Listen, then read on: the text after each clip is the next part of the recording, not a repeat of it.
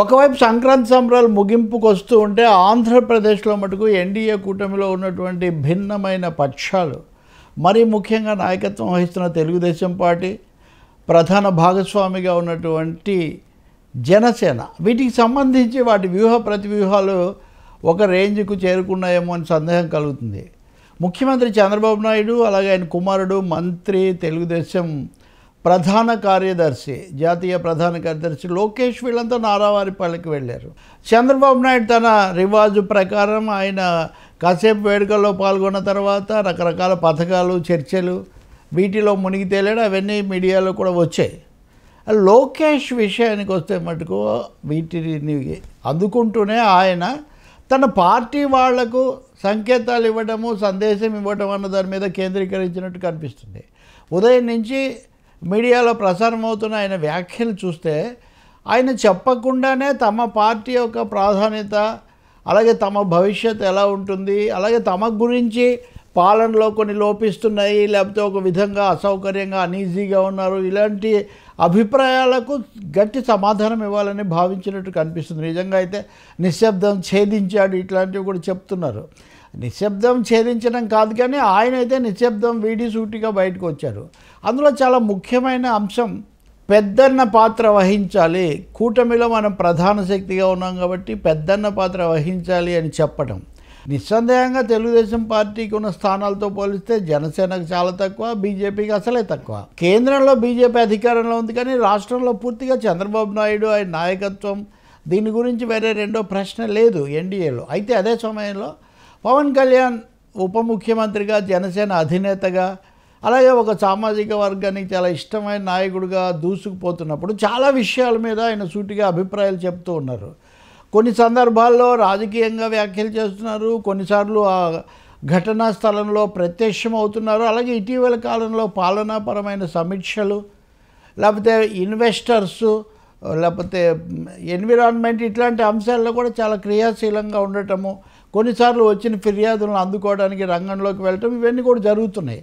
So అయినా కాకపోయినా లోకేష్ అభిమానులనండి, అనుయాయులనండి, తెలుగుదేశం వర్గాలు అంటే సీనియర్స్ కాకుండా తర్వాత ఉన్నటువంటి యువ నాయకత్వం, వీళ్ళందరిలో పవన్ కళ్యాణ్ ఎక్కువగా ఈ జనాకర్షణ పొందుతూ ఉన్నాడు. ఫోకస్ పవన్ కళ్యాణ్ మీదకి షిఫ్ట్ అయిపోతూ ఉంటే మనం పెద్ద పార్టీగా ఉండి నాయకత్వం వహిస్తూ మనం వెనకబడిపోతున్నాం.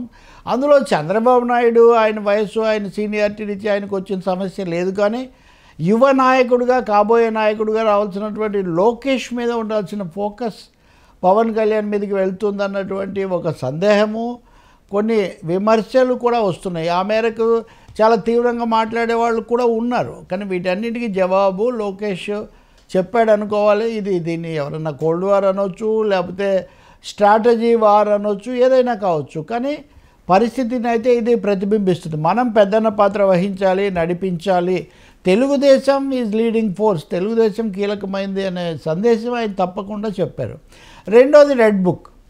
ఈ ప్రభుత్వం అధికారంలోకి వచ్చిన తర్వాత నెల 2 నెలల వరకు లోకేష్ రెడ్ బుక్ ఇవి మార్మోగుతూ వచ్చాయి. మాజీ ముఖ్యమంత్రి జగన్మోహన్ రెడ్డి, వైసీపీ నాయకులు, మీడియా ప్రతినిధులు కూడా ఈ రెడ్ బుక్ అంటూ వచ్చారు. ఈయన కూడా ఎక్కడికి వెళ్ళినా రెడ్ బుక్ ఉంది, రెడ్ బుక్ ద్వారా, రెడ్ బుక్లో ఉన్నటువంటి ప్రకారం, చట్ట ప్రకారం పనులు జరుగుతాయి, ఇలా చెప్తూ వచ్చారు. చాలా పట్టణాల్లో, నగరాల్లో రెడ్ బుక్ను కటౌట్లు తీసి ఫ్లెక్సీలు, కటౌట్లు కూడా పెట్టారు. సో ఇది రాజ్యాంగ విరుద్ధం, రెడ్ బుక్ ఎలా వస్తుంది, రాజ్యాంగం ప్రకారం జరగాలి కదా అన్నట్టుగా వైసీపీ వాళ్ళు కూడా మాట్లాడారు. ఒక్కసారి కక్ష సాధింపు రాజకీయాలంటూ మొదలైన తర్వాత నీవు నేర్పిన విజయ నీరజాక్ష అని వైసీపీ వాళ్ళు అనే అవకాశం లేకుండా పోయింది. కానీ లోకేష్ విషయానికి వస్తే ఆయన కొద్ది రోజులుగా రెడ్ బుక్ గురించి ప్రస్తావించట్లేదు. అంటే చాలాసార్లు చెప్పానని ఆయన మానేసి ఉండొచ్చు. చాలా ఆసక్తికరంగా ఈ సమయంలో జగన్మోహన్ రెడ్డి చెప్పకుండా ఒక రెడ్ బుక్ బయటికి తీశారు. ఆయన పులివెందుల్లో అక్కడ డిఎస్పీని పిలిచి నాయక్ ఒక విధమైన హెచ్చరిక చేయడం, మళ్ళీ మేము అధికారంలోకి వస్తాం, ఏమనుకుంటున్నారో, ఎప్పుడు వీళ్ళే ఉంటారా, ఇలా మాట్లాడడం. ఇంకా అనేక చోట్ల ఈ ప్రతినిధులు, అధికార ప్రతినిధులు, లేకపోతే ముఖ్యంగా అధికారుల గురించి మాట్లాడటం, వైసీపీ నాయకులు, మాజీ మంత్రులు కూడా అక్కడక్కడ చేయటం, వీటన్నిటి ద్వారా జగన్ రెడ్ బుక్ తీశాడు. అంటే లోకేష్ రెడ్ బుక్ కొంచెం విశ్రాంతి ఇస్తే జగన్ రెడ్ బుక్ తీస్తున్నాడు, ఈ హెచ్చరికలు జారీ చేయడం ప్రారంభించారనే అభిప్రాయం కలిగింది. బహుశా నేను కూడా అలాంటి వ్యాఖ్యానం చేశాను. బహుశా దీని ప్రభావం వల్ల కూడా కావచ్చు, అంటే జగన్ ఇలా మాట్లాడిన ప్రభావం వల్ల కావచ్చు. లోకేష్ చాలా సూటిగా రెడ్ బుక్ యథాతథంగా ఉంది, దాంట్లో ఏ అంశాలు ఉన్నాయో అవన్నీ కూడా మేము ఫాలో అప్ చేస్తాము. చంద్రబాబు నాయుడు వరకు 2-3 సార్లు చెప్పారు, ఎవరిని మేము ఉపేక్షించాం, కానీ అలా అని చెప్పి మేము అందరి మీద చర్య తీసుకుంటే ఎట్లా, ఎవరో ఒక అధికారులు అంటూ ప్రభుత్వం నడపడానికి కావాలి కదా, ఉన్నవాళ్ళని పరిశీలించుకుంటూ ఇలా వెళ్తామని. కానీ ఈ సమాధానం సంతృప్తి కలిగించలేదు. కలిగించకపోవడం మామూలు వాళ్ళకి కాదు, లేకపోతే మీడియాలో వ్యాఖ్యలు రావటం కాదు. చాలా కీలకంగా గత ప్రభుత్వంలో రోజువారీ నిత్యావధానిలాగా మాట్లాడుతూ వచ్చినటువంటి రఘురామకృష్ణరాజు ఇప్పుడు కూడా దాదాపు అదే పాత్రలో ఇంకా ఎందుకు తీసుకోలేదు అంటున్నప్పుడు దానికి ఒక సమాధానం ఇవ్వాల్సినటువంటి బాధ్యత ఉందని లోకేష్ భావించి ఉండాలి. అందుకే ఆయన ఈ సంక్రాంతి ఈ సందర్భంలో తన పర్యటన సమయంలో కార్యకర్తలను కలుసుకున్నప్పుడు రెడ్ బుక్ తప్పకుండా అమలు చేస్తాము, అందులో ఉన్నటువంటి మేము నమోదు చేసిన తప్పులను మేము క్షమించే ప్రసక్తి లేదు, కానీ చట్ట ప్రకారం చేస్తాము అనే ఒక మాట మటుకు చెప్పారు. ఈ చట్ట ప్రకారం చేస్తామని చెప్పడానికి కూడా కారణం ఉంది. ఎందుకంటే హైకోర్టులో 2-3 సార్లు వాళ్లకు ముందస్తు బెయిల్ రావటము, లేకపోతే అరెస్టు నుంచి రక్షణ కల్పించటము, కొన్నిసార్లు బదిలించడాలు ఇట్లాంటివి కూడా జరుగుతున్నాయి. కాబట్టి పకడ్బందీగా వెళ్లాల్సిందే అని నాయకత్వం భావిస్తున్నట్టుగా కనిపించింది. ఇంకా చివరిది పదవుల గురించి కూడా చెప్పారు.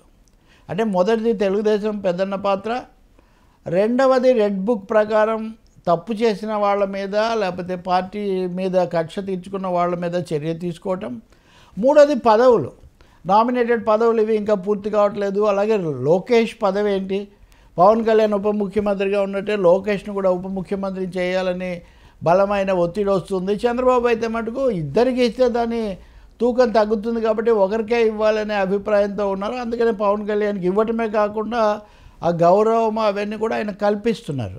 సో ఇప్పుడు లోకేష్ ఈ పదవుల విషయంలో కూడా ఎవరు ఎంతకాలం ఒక పదవిలో ఉండాలి, అలాగే 2 పదవులు నిర్వహించవచ్చా లేదా, ఇలాంటి పదవులకు సంబంధించిన అంశాన్ని కూడా మేము పరిశీలిస్తాము అంటూ ముఖ్యంగా ఆయన చెప్పిన మాట ఏంటంటే, ఇవన్నీ లోకేష్ చెప్పడానికి కూడా ప్రాధాన్యత ఉంది. తండ్రి ముఖ్యమంత్రి అక్కడ స్వస్థలంలో ఉండగానే ఆయనతో పాటు వెళ్ళిన లోకేష్ మాట్లాడటం, ఇదే పరిణామం మనం తిరుపతిలో చూసాం. తిరుపతిలో ముఖ్యమంత్రి ఉప ముఖ్యమంత్రిగా వెళ్ళినప్పుడు ముఖ్యమంత్రి చెప్పని క్షమాపణలు, ముఖ్యమంత్రి చెయ్యని వ్యాఖ్యానాలు ఉప ముఖ్యమంత్రిగా ఉన్న పవన్ కళ్యాణ్ చేశారు. మీరు అదే సినేరియో నారావారిపల్లిలో చూస్తారు. చంద్రబాబు నాయుడు పార్టీకి సంబంధించి చేయని కొన్ని వ్యాఖ్యలు, చాలా కీలకమైన వక్కానింపులు, అసర్షన్స్ లోకేష్ చేశారు. అదేంటంటే ఇవన్నీ మేము పరిశీలించి అడుగు వేస్తాము. యువత రావాల్సిన అవసరం చాలా ఉంది పార్టీ నిలబడాలంటే. యువత రావటం అనేది ఒక 2 ఏళ్లలో ఆ ప్రక్రియ జరగాలి. జరిగితేనే మనం భవిష్యత్తును ఎదుర్కోవడానికి కూడా సిద్ధమవుతాం. అంటే లోకేష్ యొక్క పునాది లేదా లోకేష్ వెనక ఉన్న వాళ్ళు ప్రధానంగా యువత, మామూలు యువతే కాదు, పార్టీ నాయకులు మంత్రులు వీళ్ళందరిలో కూడా యువ ప్రతినిధిగా, యువ తెలుగుదేశంలో తెలుగు యువత ప్రతినిధిగా లోకేష్ వచ్చారనుకుంటే వాళ్లకు బాధ్యతలు అప్పగించాల్సి ఉంటుంది అన్న మాట కూడా ఆయన చెప్పారు. సో ఒక ముక్కలో చెప్పాలంటే లోకేష్ చాలా లోతైనటువంటి వ్యాఖ్యలు చేశారు అని చెప్పాలి. ఒక విధంగా దిశానిర్దేశం చేశారు అని చెప్పాలి. మూడవది పవన్ కళ్యాణ్దే అంతా అయిపోతుంది అది ఇదని మీరు ఎక్కువగా అవనక్కర్లేదు, మనది పెద్ద పార్టీగా ఉంటుంది, మనమే ఎప్పుడు నిర్ణయాత్మకమైనటువంటి స్థానంలో ఉంటాము, ఉండాలి అనే ఒక సందేశం కూడా ఇచ్చారు. ఇంకా దీని మీద మళ్ళీ ప్రతిస్పందనలు ఎలా వస్తాయి, అలాగే ఆయన మాటల్లో కొన్నిటి మీద ప్రత్యర్థులు ఏమంటారు, తెలుగుదేశం నుంచి ఎలాంటి స్పందన వస్తుంది, కొత్త తరం నుంచి అలాగే పదవులు ఆశావహులు వాళ్ళ నుంచి మటుకు సానుకూల స్పందనే వస్తుంది. పవన్ కళ్యాణ్ అభిమానులు వాళ్ళు కొంతమంది, ఉదాహరణకు జనసేన వాళ్ళు మీడియాలో ఆయనే అసలు ప్రభుత్వం అన్న స్థాయిలో మాట్లాడడం కూడా అక్కడక్కడ మనం చూస్తూ ఉంటాం. వీటికి సమాధానం మా నుంచి వచ్చింది అని అంటే ఒక విధంగా లోకేష్ తెలుగుదేశం శ్రేణులను సంతృప్తి పరిచేటటువంటి ఒక పాత్ర, అందుకోసమే ఇవన్నీ చెప్పారని అనిపిస్తుంది. మూడవది అధికారులు ఇప్పటివరకు మా మీద ఏం చర్యలు తీసుకోలేదు అది ఇది అనుకుంటున్నారేమో, మేము ఎవరిని వదిలిపెట్టలేదు, ఇంకా మీరంతా లిస్టులోనే ఉన్నారు అనే ఒక హెచ్చరిక కూడా ఆయన జారీ చేస్తున్నారు.